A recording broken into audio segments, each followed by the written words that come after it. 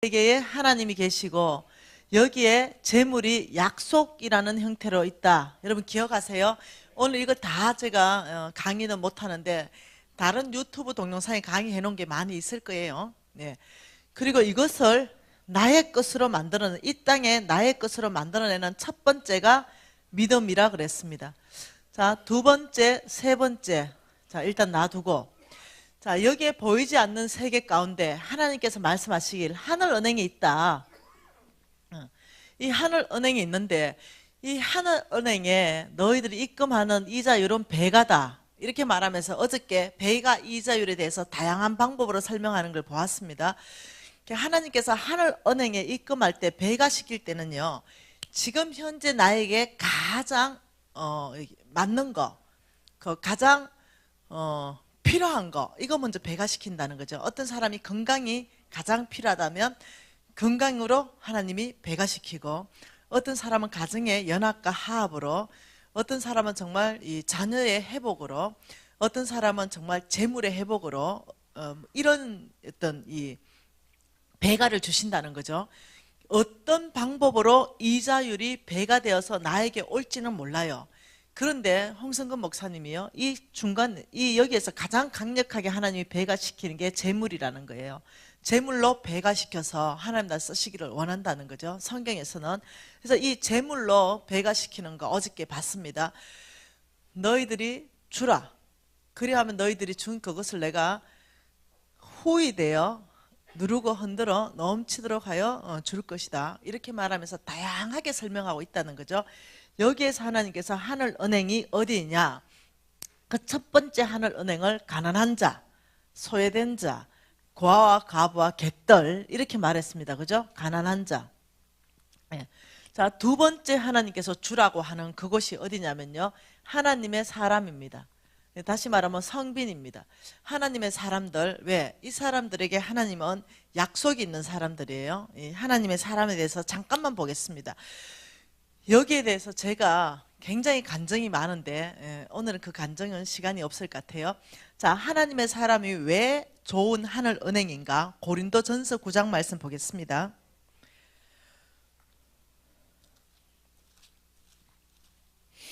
자, 고린도전서 9장에 이렇게 말합니다. 9절 말씀에 모세의 율법에 곡식 밟아 떠는 소에게 망을 씌우지 말라 기록하였으니 하나님께서 어찌 소들을 위하여 염려하심이라 오로지 우리를 위하여 염려하심이 아니냐. 가연 우리를 위하여 기록된 것이니 밭 가는 자는 소망을 가지고 갈며 곡식 떠는 자는 함께 얻을 소망을 가지고 떠는 것이라. 우리가 너희에게 신령한 것을 뿌려선적 너희의 육신의 것을 거두기를 과하다 하겠느냐. 13절 성전에 일을 하는 이들은 성전에서 나는 것을 먹으며 제단을 섬기는 이들은 제단과 함께 나누는 것을 너희가 알지 못하겠느냐. 이와 같이 주께서 복음 전하는 자들이 복음으로 말미암아 살리라 명하셨느니라.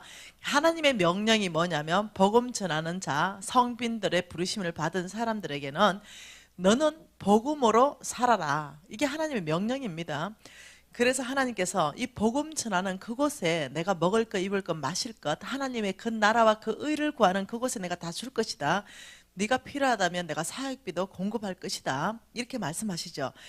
이 신명기 25장 4절 말씀을 인용한 것이 9절입니다.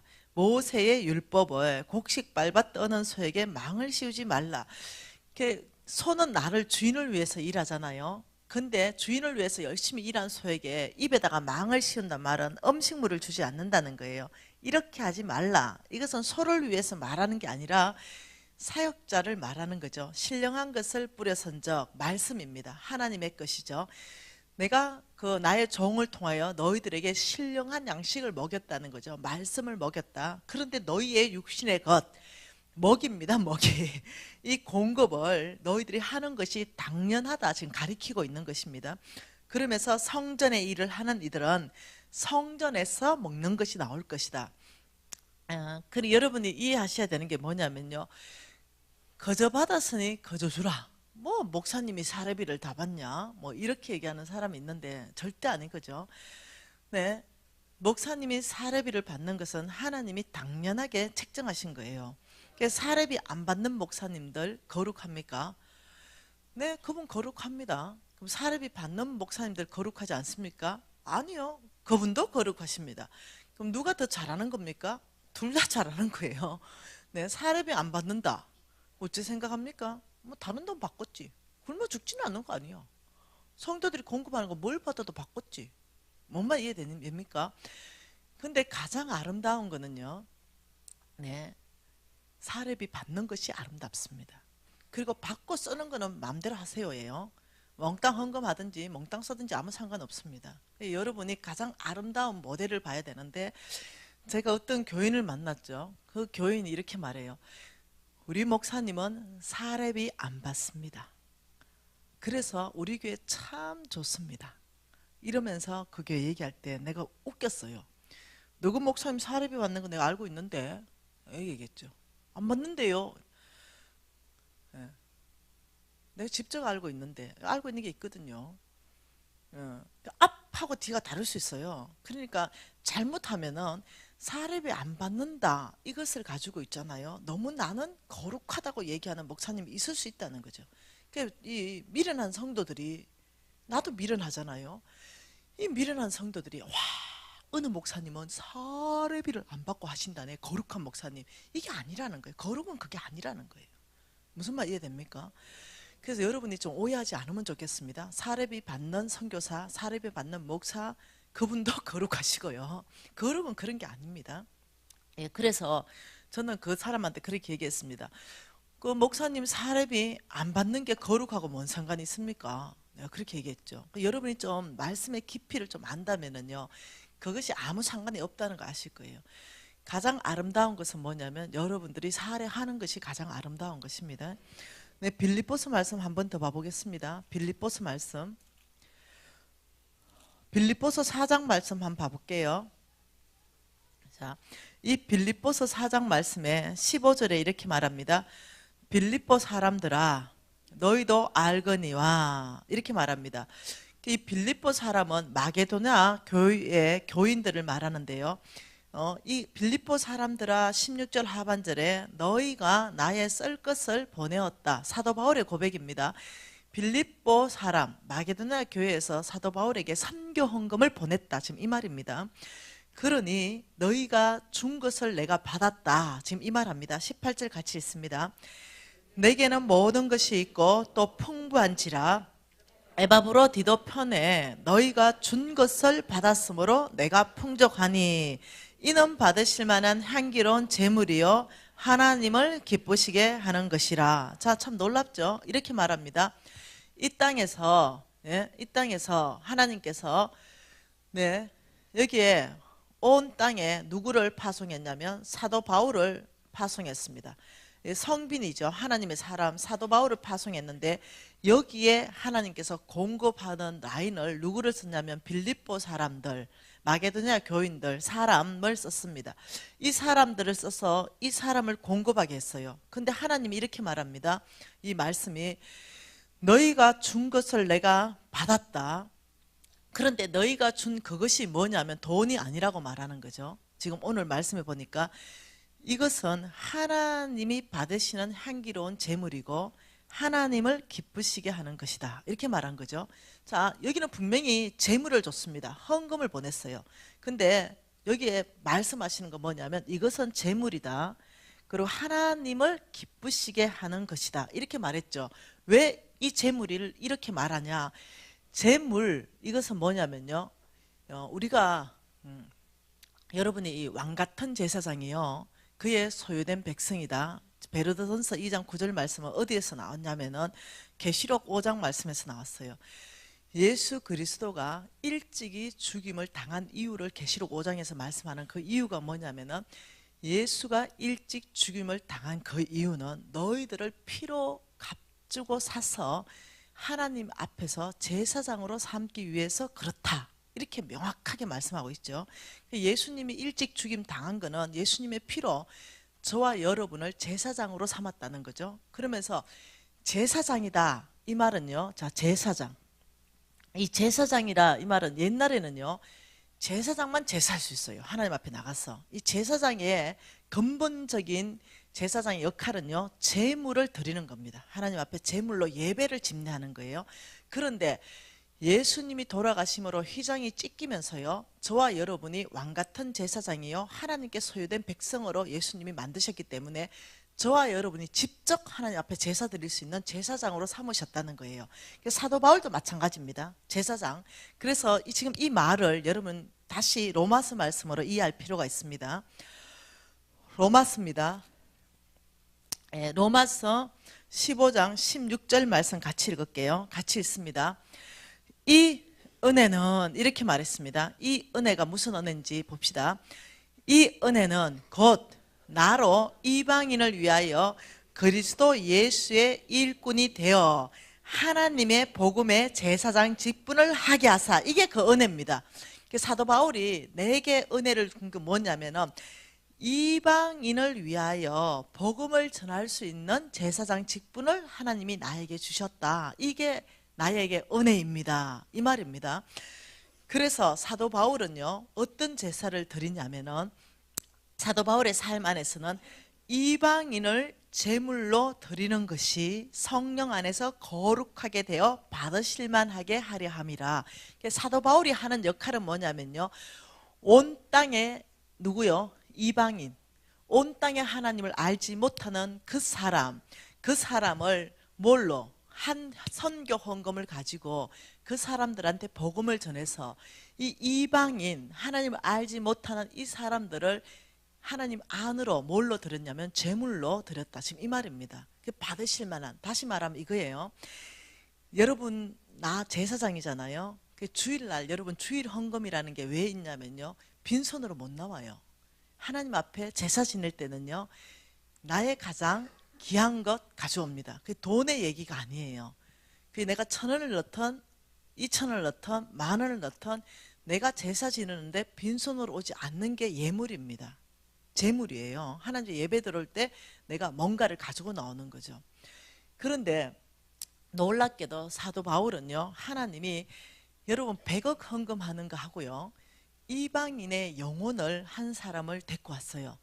그리고 하나님 앞에 이 영혼 받으십시오. 하나님, 제가 이 영혼을 주님의 사람으로 전도했습니다. 아버지, 이 영혼으로 내가 오늘 예배드립니다. 하나님 뭘 기뻐하실까?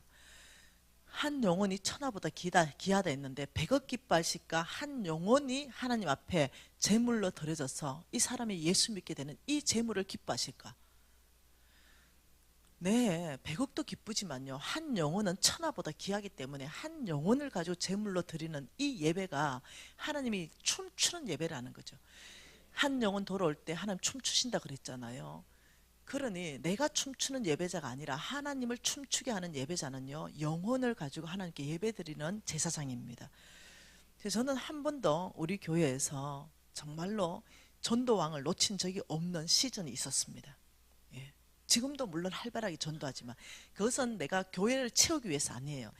내 신분이 뭐냐면 예수님이 피로 나를 값줘서서 제사장 삼았기 때문에 하나님이 가장 기뻐하는 예배가 뭘까 생각했을 때 헌금 이상 뭐냐면은 영혼이에요. 이방인의 영혼을 제물로 내가 드리기 위해서죠. 그래서 제가 전도를 해서 한 사람이 올 때는요, 정말로 3번째 줄에 앉혀서 손을 꽉 잡아요. 제가 얼마 많이 먹이는지도 몰라. 예, 집에 있는 것도 갖다 주고 이래서 어떠냐면 너무 내 거 먹어가지고 어쩔 수 없이 한번 나와준대. 먹여봐요. 빼도 박도 못해. 일단 먹으면 나와야 돼. 여러분 전도할 때는 자꾸 먹여야 돼. 예, 그리고 큰 걸 먹이라는 게 아니야. 뭐 집에 있는 김치 한 팩이라도 갖다 주고, 예, 집에 있는 뭐 비누라도 하나 갖다 주고 계속 주잖아요. 그게 어떠냐면 복음의 길이에요. 그럼 어떠냐면 미안해서 한번 따라 나와 주는 거야. 미안해서. 그래서 친구가 걸렸어요. 내 미안해서 한번 따라 나와 준대. 괜찮다. 고맙다. 그리고 내가 금식 들어갔죠. 3번째 앉았습니다. 그리고 한번 나와가지고 제가 손을 꽉 잡았죠. 왜? 이방인을 제물로 오늘 잡아드리는 날이니까. 그 제가 얼마나 기도했는지 몰라요. 하나님, 오늘 제물 끌고 왔습니다. 예, 왜냐하면 죽여야 되잖아. 얘 제물이기 때문에. 그래서 주님, 오늘 얘 죽여야 되겠습니다. 제물은 그냥 못 드려. 피를 쏟아부고 각을 떠부어야 되니까. 이 재물 오늘 피를 쏟아부고 각을 떠보세요. 그리고 주님, 뭐 세상적인 오늘 가치관, 이 모든 거 각을 다 떠보세요. 예, 세상적인 원칙들, 견고한 진들, 아버지 오늘 다 피를 쏟게 해주세요. 육신적인 다 죽여버리세요. 이러고 완전히 검시까지 했잖아요. 그리고 손을 지는 몰라. 재물로 끌려와 죽는지 사는지도 모르고 있어. 그리고는 딱 목사님 설교하기 시작하죠. 근데 훌쩍훌쩍 하고 있어. 말은 차고 있어. 그리고 또 이빨 또 미겨. 다음 주도 같이 갈래? 이러면 뭐 어디는 차가 한번 와. 지금 권사 됐다. 다시 말하면 사도 바울에게 마게도냐 교인들이 헌금한 이 헌금으로 뭘 사냐면 이방인을 사는 거예요. 그래서 하나님 백성 만드는 거예요.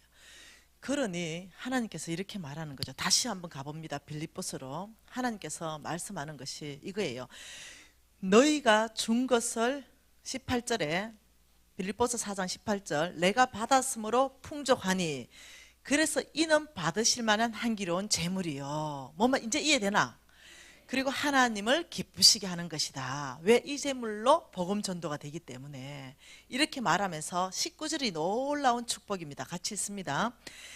나의 하나님이 그리스도 예수 안에서 영광 가운데 그 풍성한 대로 너희의 모든 필요를 채울 것이다. 자, 여기에서는요 사도 바울의 필요를 채워줬습니다. 근데 사도 바울의 필요를 채워준 걸 하나님이 보시고 나의 하나님이 영광 가운데 그리스도 예수 안에서 너희의 모든 필요를 채울 것이다. 너희의 모든 필요를 채울 것이다. 그리고 성부는 사도 바울의 필요를 채울 것이고 나의 하나님은 또 너희의 모든 필요를 채울 것이다. 돈이 어떻게 흘러가는지 알겠습니까? 돈은 성부의 재물이 넘칠 때 이것은 성빈들한테 가야 됩니다. 그래야 하나님 나라의 영혼 구원에 쓰이게 되는 것이에요. 그러니까 여러분이 성빈들, 선교사들, 목사님들, 그 다음 또 간사님들 이런 사람들한테 여러분이 바라볼 때는요 다르게 바라봐야 돼. 사람은 사람인데 일반적인 사람으로 보면 안 돼. 부르심이 있는 사람, 하나님의 그 사람이 좀 상태가 좀 안 좋아도 인격이 좀 떨어져도 근데 하나님이 선택했다는 거예요. 무슨 말 이해되죠? 그게 중요한 거예요. 바라볼 때 사람을 보면 시험 들어버리는데 이 사람을 부르신 하나님을 보면은 시험 안 들어. 하나님이 불렀는데 어떡하겠어요? 내 인격 봐라, 상태가 좋은지. 근데도 불렀는데 어떡하겠어요? 그러니 하나님이 부른 그 사람을 바라볼 때 여러분이 인간 중은 눈으로 보면 안 돼. 아, 하나님이 저 사람을 지금 부르셨다. 이걸 볼 수 있는 눈이 있어야 돼요. 근데 내가 목사님이고 선교사라고 다 좋은 성비는 아니요. 들어 가짜도 있고 짝퉁도 있고 잘 골라내야 돼. 그러니까 여러분이 가급적이면 교회 밖에서 그 골라내기 좀 힘들어. 가급적이면 교회를 통해서 해라는 거야. 내 말은 교회에서 선교사들 후원하는 그거 있을 거 아니요 주보지에.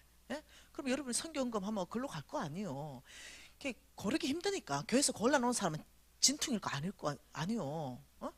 가급적 여러분이 하나님이 특별하게 말씀하지 않는다면 교회를 통해서 교회가 그 일을 감당할 수 있도록 하는 게 아름다운 거라는 거예요. 우리 목사님은 양복이 떨어지든가 말든가 남은 목사한테 끝까지 또 잘생긴 사람이 있어. 성경적 원칙은 이렇게 말합니다. 먼저 너그 안에서 굶는 자가 없게 해라. 가난한 자를 줄 때도요 교회 안에서 먼저 합니다. 우리 교회 안에 가난한 자를 먼저 살피고 하나님은 그 다음에 교회 밖에를 살펴라 그랬습니다. 여러분 목사님이 좋은 목사님이지 미안한데 난 몰라. 교제를 해봐야 알지. 한 번도 교제해 본 적 없는데 안 그렇습니까? 저 진짜 몰라요. 그래서 정말 하나님의 사람이고 정말 좋은지는 나는 모르지만 여러분이 더 잘 알아. 여러분이 이 목사님이 진짜 하나님의 사람이다 이래 할 때는요 투자 쳐요. 하늘은행. 여러분이 그렇게 생각한다면 그렇다면 그냥 단순한 담임 목사가 아니요 하늘은행 통장이라니까. 그래서 이 담임 목사님의 사역비가 모자라지 않을까? 옷은 떨어지지 않을까? 혹시 자녀들은 교육비가 있는가? 혹시 굶지 않는가? 이런 걸 살펴줘야 되는 거야. 여러분이 인정한다면. 그래서 여러분들이 이 하나님이 부른 성빈을 바라보는 눈을요 바꿔야 됩니다. 무슨 말이 이해되죠? 귀하게 보셔야 됩니다. 그래서 성빈을 하나님께서는 여기는 좋은 하늘은행 투자처라고 말하는 거죠. 그리고 또 하나님께서 세 번째로 말하는 것이 뭐냐면은 여러분 저 지금 많은 강의하는 거 포기했습니다. 시간 다 돼가지고. 자, 두 번째, 세 번째 포기하고 갑시다. 자, 세 번째, 하나님께서 뭐라고 말하냐면은 너희들이 하늘은행, 정말로 너희의 재물이 배가 되는 곳은 어디냐면은 하늘나라 프로젝트라고 말합니다. 프로젝트. 뭔 말 이해됩니까? 하나님 나라가 확장되는 프로젝트. 근데 여기에 주체가 있어야 됩니다. 누가 시작했냐? 시작한 사람이 그분이 하나님이어야 됩니다. 여러분, 저는 이런 말씀해서 정말 죄송합니다. 어쩌면 하나님이 시작하지 않는 프로젝트도 많다는 거예요. 사람의 욕심으로 시작된 프로젝트도 많다는 거죠. 그러니까 하나님이 시작한 그 프로젝트하고 사람의 어떤 평생의 나의 수건 사업, 이런 분들 있잖아요. 평생의 나의 수건 사업. 하나님의 사역도 그렇게 한다니까. 평생의 나의 수건 사업은 교회를 어마어마하게 한번 지어보는 거다. 이거 곤란하겠죠. 하나님은 다윗 니 안 되겠다, 난 솔로몬을 통해서 지어난다, 이럴 수 있다는 거죠. 근데 나의 수건 사업은 이런 교회 한번 지어봐야 되겠어, 이래서 시작하는 경우도 있다는 거죠. 그러니까 하나님의 프로젝트는요, 그분의 명령으로 시작돼야 돼요. 그분이 땅 파라면 땅 파고, 그분이 물 길르라면 물 길고, 이래야 되는 거죠. 그분이 가장 은사에 맞게끔 교회 지을 분한테 교회 지어라 그러고, 선교 사업 할 때한테 선교 사업 하라 그러고, 비전센터 지을 사람한테 비전센터 지으라 하고, 선교사 후원해라 하면 선교사 후원하고, 하나님이 하라는 프로젝트를 해야 되는데 내가 하고 싶은 프로젝트, 이거 곤란하다는 거죠. 그래서 여러분이 하나님이 시작한 프로젝트, 이것이 진짜 하나님으로부터 온 프로젝트인가, 이게 여러분이 검증이 된다면요, 최고의 하늘은행 투자입니다. 하나님께서, 오늘은 성경적 기반 못 봅니다. 지금 시간 없은께로 책 보세요. 있으니까. 이 프로젝트 중에 가장 하나님이 최고로 소개하는 프로젝트가 뭐냐면 교회 건축입니다. 이 교회 건축을 하나님은 최고의 프로젝트로 하나님 보신다는 걸 아셔야 됩니다. 근데 우리가 교회 건축 이러면 막 인상을 팍 써본다. 왜 그렇습니까? 상처받으니까. 근데 아니에요. 저는 지금 하나님이 말씀한 거 그대로 전합니다. 그래서 이 교회 건축은 왜 하나님이 최고의 프로젝트라 말하냐면은, 말씀 중심, 예배 중심, 기도 중심, 교제 중심은요, 이 건물을 얘기하는 게 아니에요. 이 공간이 있어서 하나님 말씀이 선포되고, 교제가 선포되고, 기도가 선포되고, 하나님 나라가 확장하고, 이런 것들이 있어야 되기 때문에 이 교회 건축은 최고의 프로젝트로 하나님이 이 성경 안에서 소개하고 있다는 거예요. 근데 이제 어떤 일이 발생하느냐, 욕심이 들어가는 거죠. 욕심이 들어가서 우리 교회 교인이 몽땅 헌신을 해요. 그러면 한 100억짜리 정도는 예를 들면 지을 수 있겠다, 이러면 100억짜리 지으면 되거든요. 얼마짜리 짓습니까? 600억짜리.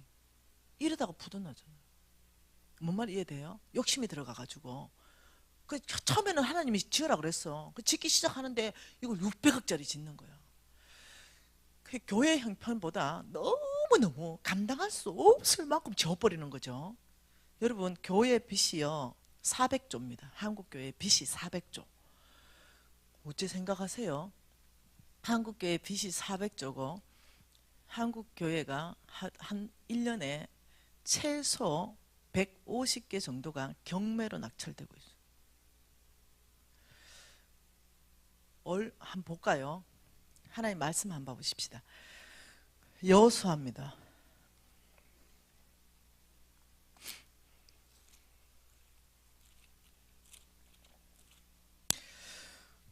여러분, 여호수아 말씀 14장 말씀 보십시다. 이 14장은요 갈렙입니다. 갈렙. 여러분, 갈렙, 여호수아 14장에 이 갈렙이요 이렇게 말합니다. 여러분 잘 아시는 말씀이에요. 12절에 그날에 여호와께서 말씀하신 이 산지를 지금 내게 주소서. 여러분 잘 아는 구절이죠. 갈렙이 그날에, 언제입니까? 하나님께서 땅 주겠다는 그날입니다. 그날에 이 산지를, 하나님이 주신 데는 이 산지를 나한테 주십시오. 산지의 반대가 평지입니다. 이스라엘 민족이 가나안 땅 갔을 때 이미 평지는 다 점령이 끝났습니다. 가장 견고하고 안악 자손이 있고 견고한 성이 있는 이 아낙작소는 키가 장대 같은 사람들, 우리는 메뚜기라 이랬던 그 장대 같은 사람들이 지키고 있는 그 땅이 뭐냐면 기랏 아르바입니다. 이 기랏 아르바 엄청난 견고한 선을 85세 갈렙이 말하기를 모든 그 이스라엘 민족이 그걸 몬치했어. 하나님 주겠다 했는데도 왜 너무 강하니까. 근데 갈렙이 85세 때 저 땅 기랏 아르바 저 산지 나한테 주십시오. 갈렙은 딱 하나입니다. 하나님이 주겠다 했기 때문에 저건 내 거 될 겁니다. 내가 싸우는 것이 아니고 하나님이 싸울 겁니다. 저건 나한테 주십시오. 이렇게 된 거예요. 그래서 그 산지, 이스라엘 백성이 점령하지 못했던 그 산지가 갈렙한테 떨어집니다. 그래서 갈렙이요 거기 점령에 들어가는데, 자 14절과 15절 말씀 읽어볼게요. 헤브론이 거니스 사람 여분네의 아들 갈렙의 기업이 되어 오늘까지 이르렀으니 이는 그가 이스라엘의 하나님 여호와를 온전히 쫓았습니다. 헤브론의 옛 이름은 기랏 아르바라. 아르바는 아낙 사람 가운데 가장 큰 사람이었더라. 그리고 그 땅에 전쟁이 거쳤더라. 자, 지금 이 헤브론 옛 이름이 기랏 아르바라 그랬죠. 자, 이 기랏 아르바는요, 아브라함이요 그 땅에 갔을 때요 막벨라 굴을 사가지고 사라를 장사했는 땅의 이름이 기랏 아르바입니다. 아브라함이 먼저 그 땅에 갔죠. 그리고 아브라함이 그 땅 막벨라 굴을 공짜로 준다 할 때 노 했습니다. 왜? 하나님이 준다 했기는 대가 지불하겠다 그랬습니다. 그리고 그 땅을 사가지고 장사했습니다. 그리고 흘러서 어떻게 지금 갈렙 시대에 왔어요. 갈렙은 아는 거죠. 저 땅은 나의 조상이 이미 하나님이 주신 데는 땅이라는 거죠. 그 얼마나 견고하고 큰 성인데 갈렙이 그 땅의 이름은 기랏 아르바예요. 우상 숭배하는 땅, 하나님을 모르고 거역하는 땅, 그 땅을 딱 점령하면서요 그 땅의 문패를 떼버립니다. 그리고 바로 헤브론 딱 붙이는 거예요. 그리고 하나님한테 이렇게 말하죠. 아버지, 기랏 아르바의 문패를 뗐습니다. 하나님의 땅 헤브론 하나님 받으십시오. 이래서 하나님께 영광 드린 땅이 그 땅이에요. 문패를 바꿔달았죠. 우리 조상들은요 정말로 믿음으로요 문패를 달았습니다. 근데 제가 2달 전에 서울에서 집회하는데 엄청나게 큰 순복음 교회에 문패 하나 떨어졌습니다. 순복음 교회인데 문패가 떨어졌어요. 예, 600~700억 찍다가 부도 났어요. 그리고 누구한테 넘어갔냐면 이단 하나님의 교회 문패가 붙었어요. 여러분 할 일 아니에요. 1년에 150개 이상의 문패 떨어집니다. 무슨 말 이해됩니까? 우리의 순복음만 그렇습니까? 아니요. 고신도 그렇습니다. 합동도 그래요. 네, 물론 통합도 그렇습니다. 감리도 그렇습니다. 지금 다 문패 떨어지고 있어요. 왜? 그 안에 만몬이 들어오면서 엄청난 욕심을 부리기 시작하는 거예요. 어마어마한 빚이 발목 잡아버립니다.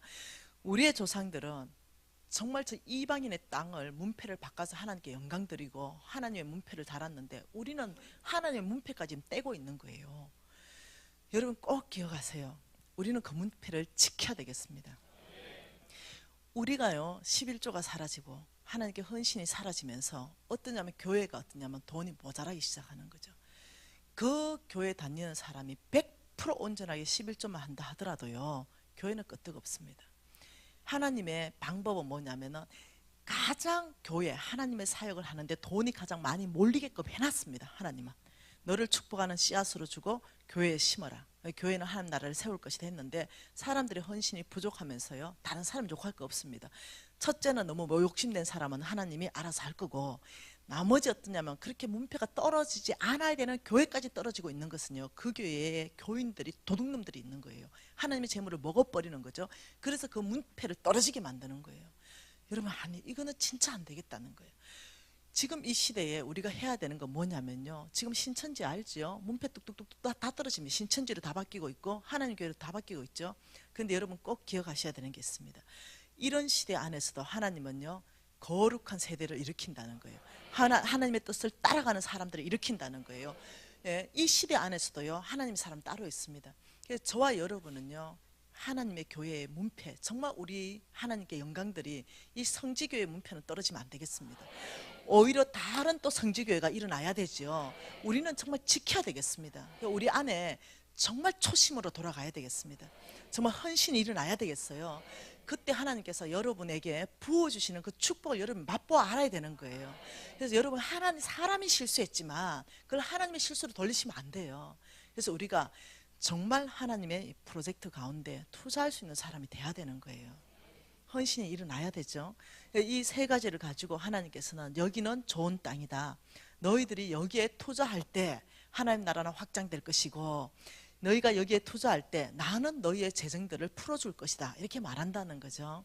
그래서 저는 여러분이 정말로 이 재정 강의를 통과하면서 여러분, 하나님의 축복을 맛보아 아는 자, 이 자가 되기를 원하는 거예요. 은혜 받는 자 말고. 그래서 정말로 여러분이 해보라는 거예요. 실질적으로 필요한 사람은 도움을 받으라는 거죠. 네. 저는 기대가 큽니다, 상지교회에 대해서. 하나님께서 이렇게 말했죠. 이 씨와 먹을 양식을 주신다 그랬어요. 씨 뿌려서 먹을 양식. 예, 먹을 양식은요, 이제 어떻게 우리가 예산을 짤 건가 이건데 제가 강의할 시간이 없는 것 같아요. 여러분이 가피풀, 인터넷에 가피풀을 치세요. 그러면 그 인터넷 안에 들어가면요, 워크북 사용 동영상이 떠 있습니다. 45분짜리. 그걸 클릭해서 들으세요. 그러면 어떻게 짜야 되는지를 알게 될 거예요. 그래서 이걸 이렇게 적용해야 되겠다, 이걸 알게 돼. 그걸 가지고 먹을 양식을 어떻게 해야 되겠다, 이걸 여러분이 배우셔야 됩니다. 그리고 빚 정리하는 거에 대해서 지금 강의를 못해요. 빚 정리. 이 빚 정리하는 거에 대해서 잠깐만 볼게요. 원칙만 볼 거예요. 잠언서 말씀 보십시다. 이것은 개인도 마찬가지고요, 기업도 마찬가지고요, 교회도 마찬가지입니다. 동일하게 적용해야만이 빚으로부터 탈출할 수 있습니다. 그래서 이 빚에 대해서 하나님께서 말씀하는 잠언서 6장 말씀을 좀 보겠습니다. 자, 잠언서 6장 1절 말씀 같이 읽어볼게요. 같이 읽습니다.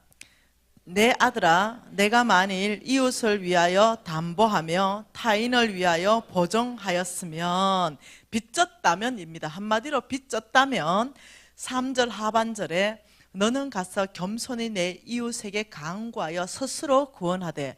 여러분이나 여러분 기업이나 여러분 교회가 빚을 졌다면 다른 사람은 절대 못 갚아줍니다. 스스로 구원해야 된다, 지금 이 말입니다. 내부터 힘을 내야 된다는 거죠. 너가 먼저 시작해야 된다는 거예요. 스스로 구원하는데 그 구원하는 방법은 4절과 5절이다. 내 눈을 잠들게 하지 말고 내 눈꺼풀을 감기게 하지 말라. 다시 말하면요, 빚져놓고도 태만하거나 게으르지 말라는 거예요. 열심히 일해서 네가 먼저 힘을 내서 갚아야 된다는 거예요. 그러면서 5절이 빚 갚는 전략이다 말하는데 같이 했습니다. 노루가 사냥꾼의 손에서 벗어나는 것 같이 새가 거물 치는 자의 손에서 벗어나는 것 같이 스스로 구원하라. 이 보통 얘기 아닙니다. 자, 노루를 사냥하는 사냥꾼이 노루를 잡았고, 새를 사냥하는 사냥꾼이 새를 거물을 쳐가 잡았습니다. 자, 내일이면 노루가 죽고 새가 죽어요. 왜? 잡았어, 이제 먹으려고 하니까. 여러분, 빚진 사람을 하나님이 이렇게 표현했습니다. 노루의 손에 사냥꾼의 손에 걸린 노루, 거물 치는 자의 손에 걸린 새의 신세다. 내일이면 죽어요. 자, 오늘 밤 여러분, 노루이고 저 새는 오늘 뭐 해야 됩니까? 내일이면 죽으니까 탈출해야 됩니까? 예, 탈출 아니야. 그냥 탈출은 차선이야. 예, 최선은 뭐냐면 목숨 건 탈출. 그러니까 내일 어차피 죽으니까 오늘 내가 목숨을 건다. 오늘 이 탈출에 나는 탈출하다가도 죽더라도 목숨을 건다. 이게 목숨 건 탈출이에요. 그냥 탈출이 아니에요. 오늘 해보고 안 되면 내일 해보지. 내일은 죽는다니까. 못한다니까. 무슨 말인지 이해돼요? 그래서 0 곱하기 1억은 뭐라고요? 0, 1 곱하기 1억은 뭐냐면 1억. 이건 뭐냐면요, 차선의 1을 말하는 게 아니고 최선의 1을 말합니다. 목숨 건 1이 뭐냐. 그래서 이 목숨 건 1을 할 때 하나님의 능력 1억을 너희들이 반드시 경험할 것이다, 이렇게 말하는 거죠. 형제님, 내 가방 뒤져서 핸드폰 좀 주세요. 내 가방 안에. 목숨 건 1, 목숨 건 1 할 때 여러분이 뭘 경험하게 되냐면 하나님의 능력 1이 여러분한테 풀어져요. 하나님의 능력 1이 풀어질 때는요, 이 빚 갚는 속도가 뭐냐면 LTE급, 빚 갚는 속도가 빛의 속도로 갚아지는 그것을 여러분이 경험하게 돼요. 그런데 이것이 차선의 일 아니라는 거죠. 그래서 내가 빚 갚기 위해서 어떻게 했는지를요 상세하게 적었습니다. 내가 최선의 일을 어떻게 했는지. 여러분 제가 50억 빚 갚았다면 사람들이 하늘에서 뚝 떨어지는 줄 알아? 아니요. 저 정말로 최선을 다했어요. 저 4년 반 동안 빚 갚을 동안요 김치 외에는 어떤 것도 먹은 적이 없습니다. 제가 우리 신랑하고 유진이한테 말했습니다. 내가 목숨 건 탈출을 해야 되겠다. 내가 빚 갚을 동안 김치 외에 어떤 것도 사지 않기로 결정한다. 내가 양발 한 짝이도 안 사기로 결정한다. 그래서 저는요 다 500원짜리 1000원짜리 그 뭐죠? 뭐라 그러죠? 그 바자회, 예? 바자회 이런 데 돌아다니면서 구제품 선 사 입었어요. 그때가 제가 이미 돈을 1억 2억씩 버는 CEO였습니다. 예, 바뀌었죠. 그런데도 제가 김치 외에는 안 먹었어요. 그리고 옷 한 벌 딱 빼면요 2,000원 3,000원도 안 됩니다. 예, 강남의 아줌마들 버려놓은 거 이거 다 주워 입었어요. 왜? 나는 아주 빚으로 탈출 못한 노르기 때문에. 내가 최선의 일을 주님 앞에 보일 수 있는 게 뭐였는가, 이걸 내가 다 했다는 거죠. 안 먹고 안 쓰고 주님 앞에 내가 보였어요. 얼마나 내가 최선을 다하는가. 그러면서요 주님께서 은혜 베풀게 하셔서 어떻게 됐냐면요, 저는 4년 반 만에 갚게 됐죠. 저는 여러분 꼭 정말 내 책을 읽어보기를 원합니다. 오늘 그냥 대충 넘어가는 거예요. 얼마나 철저하게 했는지 여러분이 좀 이해를 하시면 좋겠어요. 제가 여러분한테 소개하는 건 뭐냐면은 우리 학생의 간증을 하나 소개합니다. 이 학생이 지금 뭐라고 했는지 간증을 하나 소개해 드릴게요. 빚 갚는 거에 대해서. 예, 이렇게 말합니다. 읽어볼게요. 중한 별리로 이 지금 이제 중한 별리로 자기 재산을 늘리는 것은 이 본문을 가지고 묵상하면서 올린 간증입니다. 나는 나의 탐욕으로 속부의 길을 들어가려고 시도하다가 무너져서 높은 금리를 내면서 살 수밖에 없는 삶을 살고 있었다. 갚아도 갚아도 끝이 보이지 않는 삶, 가난한 자를 불쌍히 여길 마음의 여유조차 없는 삶. 이제는 미련함을 벗고 항상 명심하고 탐욕과 욕심으로 살지 않기를 결정한다. 사기 학생으로 배우면서 김미진 간사님이 살아내신 방법대로 살아보기를 결단했다. 나에게 제일 비싼 이자를 받는 채주를 찾아갔다. 찾아가기 전에 빚으로 시작했던 사업을 12월에 정리했다. 정리한 것만으로 빚 갚기에 턱없이 부족했지만 그것을 시작으로 꼭 갚겠다는 다짐으로 말일의 채주를 찾아갔다. 하나님은 놀랍게 일하셨다. 바늘 구멍도 뚫기 힘든 채주의 마음을 녹여 부드럽게 만들어주셨다. 이자는 뒤로 하고 원금부터 갚을 수 있도록 되었다. 정말 놀라운 일이다. 그것을 시작으로 정말 LTE급으로 빚은 갚아지고 있었다. 그 외 다른 빚이 1억 7천이 더 있었는데 1억을 탕감받는 일이 생겼다. 온 식구와 빚 갚기 위해 살아내기로 작정하고 김치만 먹다가 그마저 없으면 김미진 간사님처럼 간장만 먹고 살기로 작정하고 덤비니 정말 사라졌다. 빚으로 샀던 차도 벌써 반납하고 차비를 주면 차를 타고 아니면 걸어 다닐 각오로 말이다. 그런데 김치 간장이 아닌 1억의 빚 탕감이라니, 나는 내가 할 수 있는 한 걸음을 내디딜 뿐인데 하나님은 일하신다. 나는 정말로 철저하게 채주의 종이 아닌 하나님의 자녀로 거듭날 것이다. 여러분 이거는요 그냥 재정학교에 있었던 일 중에 그냥 한 일밖에 없어요. 이게 재정학교 안에서 무엇을 요청 안 하냐면 너가 할 수 있는 일만 해보고 나머지 하나님이 약속하는 1억의 능력이 어떻게 풀어지는가는 너희들이 경험해야 된다. 근데 여러분 정말로 놀랍게 갚아진다는 거예요. 놀랍게. 근데 이거는 차선의 일이 아니에요. 내가 할 수 있는 최선의 일입니다. 예, 빚으로 올무로 묶어놓은 만몬이요, 여러분을 그렇게 쉽게 놔주려고 하지 않습니다. 왜? 하나님의 사람 되기 시작하고 하나님 나라 확장하기 시작하기 때문에 여러분을 그렇게 놔주고 싶어 하지 않아요. 그래서 어떠냐면 여러분이요 그 만몬으로부터 목숨건 탈출을 시도해야 된다는 거예요. 그때 여러분은요 하나님이 돕는 1억의 손길이 여러분한테 미치는 거예요. 그래서 놀랍죠. 하나님은 빚 갚는 프로젝트가 아니라 주인 바꾸기 프로젝트, 이걸 시행해라. 그러면 내가 돕겠다는 거예요. 우리가 지금 빚 갚으려는 게 아니라 오직 주의 자녀 주님만 나의 정말 주인으로 섬기기 위해서 빚을 갚는 거죠. 네, 잘 먹고 잘 살기 위해 빚 갚는 게 아니죠. 그렇기 때문에 하나님 도우시는 거죠. 여러분 저 워커북 안에 보면 빚 갚는 프로젝트 6개월이 강력하게 들어가 있어요. 필요한 사람은 도움을 받으시면 되고요. 그래서 여러분이 이 빚 갚는 데 있어서 내가 할 수 있는 최선의 일이 뭔가를 여러분이 적고 여러분이 계획을 해야 된다는 거죠. 이해되시죠? 네. 하나님의 말씀, 마지막 말씀 한번 봐보십시다. 창세기 말씀 한번 봐보십시다. 자, 창세기 12장 1절, 2절, 3절 말씀 같이 한번 봐볼게요. 같이 한번 읽어볼게요. 시작. 여호와께서 아브라함에게 이르시되 너는 너의 고향과 친척과 아버지의 집을 떠나 내가 내게 보여줄 땅으로 가라. 내가 너로 큰 민족을 이루고 내게 복을 주어 내 이름을 창대하게 하리니 너는 복이 될지라. 너를 축복하는 자에게는 내가 복을 내리고 너를 저주하는 자에게는 내가 저주하리니 땅의 모든 족속이 너로 말미암아 복을 얻을 것이라 하신지라. 이에 아브라함이 여호와의 말씀을 따라갔다. 이렇게 말했어요. 자, 이 말씀을 여러분 기억하고요. 창세기 17장 말씀 한번 보십시다. 하나님께서요, 이 아브라함에게 복 주겠다고 약속하시고 창세기 이제 17장에 가면은 아브라함이 99세 때에 이렇게 말했습니다. 여러분 86세에 아브라함이 이스마엘을 낳습니다. 실수했죠. 내 힘, 내 능력, 내 방법으로 낳아버렸어요. 하나님의 약속, 하나님의 축복은요, 내 힘, 내 방법, 내 지혜가 아닙니다. 약속으로 출발합니다. 그래서 하나님이 이 아이는 아니다. 약속의 아들은 이삭이라고 말했어요. 이삭을 주는데 99세 때에 아브라함이 99세 되니까 하나님이 여호와께서 아브라함에게 나타나서 그에게 이르시되, 첫 마디가 뭡니까? 나는 전능한 하나님이다. 이게 첫 마디입니다. 그러니까 아브라함이 그 전능한 하나님을 믿지 못했죠.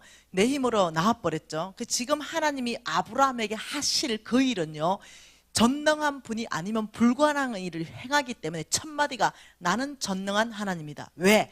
경수가 끊어진 여자에게서 아이를 생산할 일이거든요. 불가능한 일, 이 일은 하나님이 아니면 절대로 되지 않는 일을 하시기 때문에 첫 마디가 나는 전능한 하나님이다. 이렇게 말하면서 아브라함에게 2절에 내가 내 언약을 나와 너 사이에 두어 너를 크게 번성하게 하리라. 그리고 4절에 내 언약이 너와 함께 있으니 너는 여러 민족의 아버지가 될 것이다. 6절에 내가 너로 심히 번성하게 하리니 내가 내게서 민족들이 나게 하며 왕들이 너에게부터 나올 것이다. 7절 읽습니다. 시작. 내가 내 언약을 나와 너 및 대대후손 사이에 세워서 영원한 언약으로 삼고 내 후손이 하나님이 될 것이다.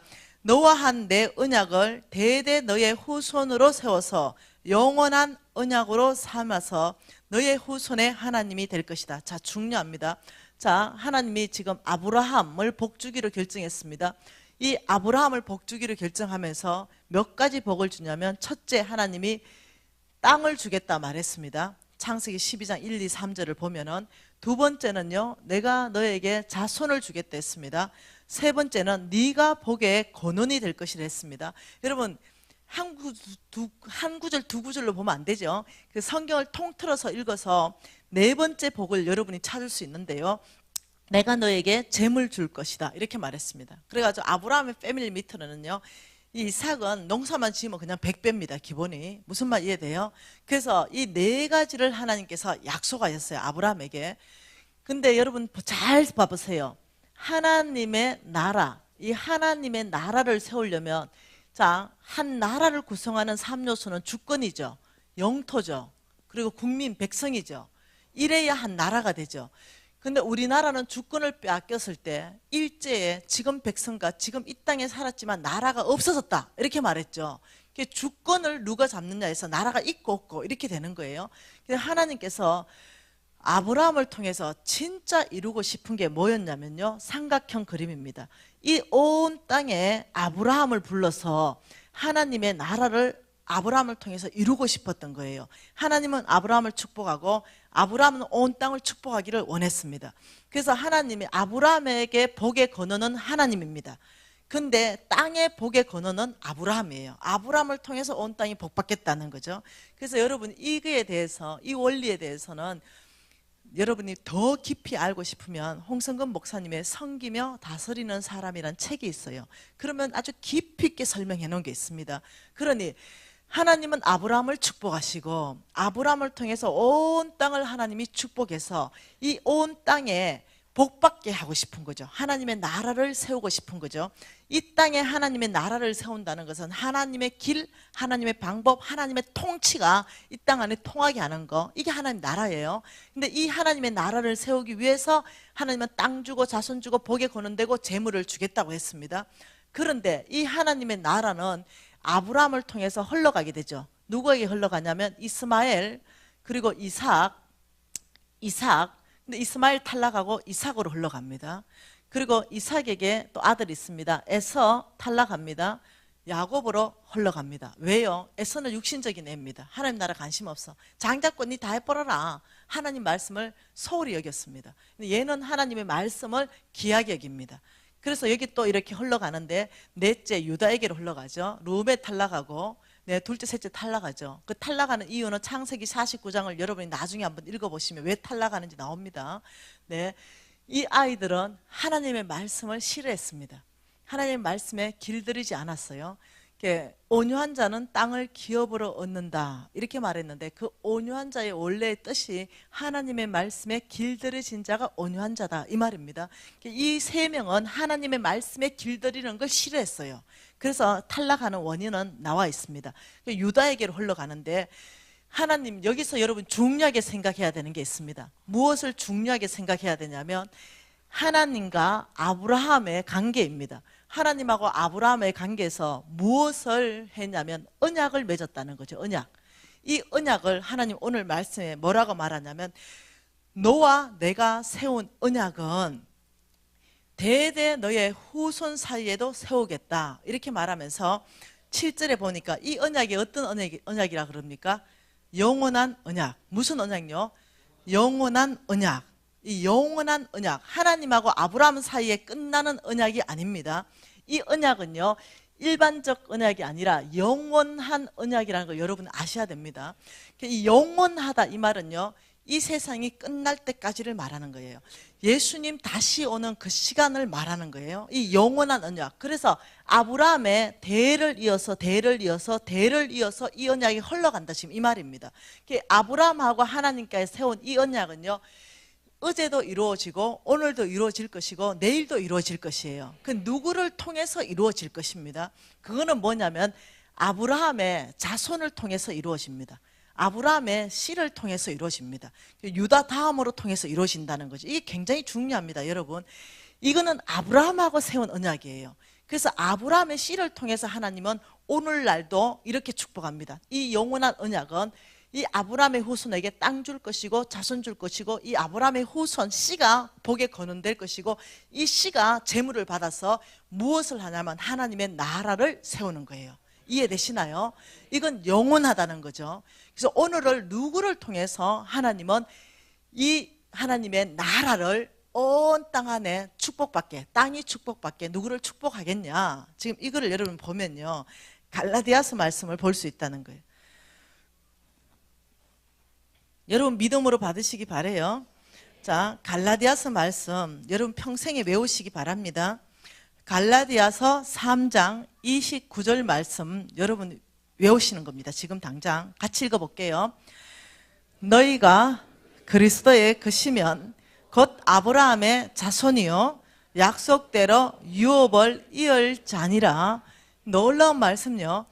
너희가 그리스도의 것이면 이 말은요 예수님이 나의 구주입니다 라고 고백하면 몽땅이 그리스도의 것입니다.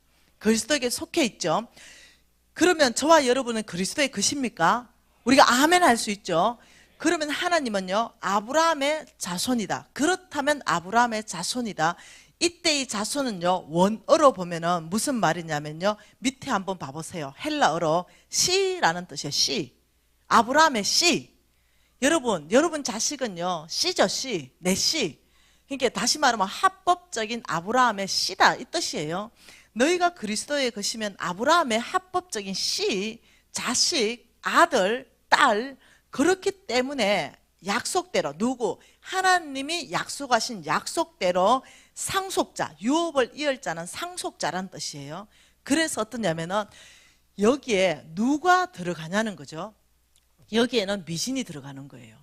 나는 아브라함의 씨예요. 예, 나는 예수 그리스도가 나의 구주이십니다. 그럼 하나님께서 나를 바라보시는 것은 미신아, 네가 아브라함의 합법적인 딸이구나. 그래서 내가 아브라함에게 약속한 이 모든 약속, 이 언약은 상속자니라. 네가 유업을 이을 상속자다. 유업을 이을 자. 그 상속자. 여러분, 내가 죽으면 지금 나의 모든 재물은 우리 유진이가 상속자입니다. 왜? 합법적인 씨기 때문에. 나는 어떠냐면 합법적인 아브라함의 씨기 때문에 하나님은 아브라함의 모든 축복을 나의 것 되게 하셔서 나를 통해서 하나님 나라를 세우는 거예요. 이게 하나님의 계획입니다. 그게 아무나 되는 것이 아니라 여기에서 7절과 9절 말씀을 보시면 이렇게 말합니다. 그런즉 믿음으로 말미암은 자가 아브라함의 씨인 줄 알아라. 그리고 9절 말씀에 그러므로 믿음으로 말미암은 자는 믿음 있는 아브라함과 함께 복을 받느니라. 이해되시나요? 그래서 이 하나님의 약속은 누구를 통해서 이 땅에 풀어지냐면요, 하나님의 말씀을 믿음으로 믿는 사람이 나의 것 된다는 거죠. 하나님의 말씀은 너희들이 예수 믿으면 천국 간다 이렇게 말했는 거 우리가 다 믿듯이 하나님의 말씀이 동일하게 말했습니다. 너가 아브라함의 상속자냐? 그렇다면 믿음으로 이 말씀을 믿으라는 거죠. 예수 그리스도께 속해 있냐? 우리가 아멘이라면 하나님은 네가 예수 그리스도께 속해 있는 걸 네가 믿냐? 아멘입니다. 저는 예수 그리스도의 것입니다. 그렇다면 너는 아브라함의 씨구나. 너는 아브라함의 합법적 아들이구나. 이거 하나님의 계산법이에요. 네가 아브라함의 합법적인 아들이기 때문에 아브라함하고 약속한 이 모든 약속을 내가 그대로 너에게 영원한 언약, 그대로 너와 언약을 다시 하는 거예요. 그래서 너를 통해서 아브라함에게 축복한 모든 축복이 흘러가게 해서 너를 통해서 하나님 나라를 세워갈 것이다. 이게 하나님의 계획이에요. 저와 여러분은요, 복받을 수밖에 없는 존재예요. 이해되시나요? 그래서 성경 말씀이 왜 공부해야 되냐면요, 저와 여러분, 이 성경 말씀은요 누구한테 주는 거냐면요, 하나님의 백성, 이 아브라함의 씨, 이스라엘 백성들, 그러니까 믿음의 사람들한테는요 이것이 가이드북입니다. 뭔 말 이해돼요? 그래, 이 성경에 있는 대로 우리가 이루어지는 거죠. 왜? 우리는 아브라함의 씨이기 때문에. 이스라엘 백성을 위해서 나온 게 아니라는 거예요. 아브라함의 씨, 하나님 나라를 세워가는 그 믿음의 사람, 이 사람들을 위해서 준 가이드북인 거예요. 이해되시? 하나님 말씀이라는 거예요. 어떻게 살아라. 여러분이 무엇을 또 이해를 해야 되냐면 시편 봐보세요. 시편 2장 8절을 보세요. 중요한 말씀입니다. 같이 한번 읽어볼까요? 시편 2장 8편. 예? 저는 지금 3분 안에 모든 말씀을 끝낼 겁니다. 내게 구하라. 내가 이방 나라를 내 유업으로 주리니 내 소유가 땅끝까지 이르리로다. 자, 여러분, 하나님이 지금 내게 구하라고 말했습니다. 여러분, 지혜 있는 사람은 이 말씀을 이해합니다. 내게 구하라. 하나님이 내게 구하라 한 말은요, 구하면 주겠다는 거예요. 네가 구해라. 내가 주리니 뭘? 이방 나라를 내 유업으로 주리니. 자, 유업입니다. 네가 구해라. 뭐를? 그렇죠. 이방 나라를. 넌 내게 구해야 될 게 있다. 이방 나라를, 여기를 구해라. 그러면 여기를 너의 유업으로 주겠다. 이게 보통 일이 아니거든요. 그리고 내 소유가 땅끝까지 이르겠다. 지금 이렇게 말했어요. 우리가 구해야 되는 게 돈이나 명예나 권력이 아니라는 거예요. 우리가 구해야 되는 것은 이방 나라, 아직 하나님의 복음이 들어가지 않는 그 이방 나라를 하나님께 구하면 그것을 하나님이 너의 유업으로 주겠다는 거예요. 그러니 저는 이것을 보면서 계시가 와버렸어요. 홍 목사님이 쫙 강의하는 도중에 계시가 왔죠. 내가 지금 50억 부도나고 돈과 명예와 권력을 구할 때가 아니고 나의 건강을 구할 때가 아니라는 거 알았어요. 내가 그때 불치병 걸렸다 얘기했잖아요. 내가 구해야 되는 게 이방 나라라는 걸 그때 알았어요. 하나님이 왜냐하면 구하라는 걸 구하면 주시니까. 그때 제가요 구한 게 뭐냐면은 아프리카 아이들의 5천 명의 영혼을 그때 구했습니다. 아버지, 예수 알지 못하는 5천 명의 영혼 저한테 붙여주십시오. 교회 100개 지을 수 있게 해주십시오. 이렇게 제가 구한 거예요 그때. 왜? 5천 명 먹이면 자동으로 내가 건강 회복돼야 될 것이고, 5천 명 먹이려면 내 자동적으로 50억 빚 갚아야 될 것이고, 이 아이들 5천 명 먹이려면 내가 다 회복돼야 되는 거죠. 그러니까 하나님께서 나한테 구하라는 게 돈이나 명예나 부나 권력이 아니었다는 걸 알았어요. 그리고는 5천 명을 하고 날마다 주님, 제가 정말 나의 재물이 넘친다면 일을 하겠습니다. 날마다 헌신했죠.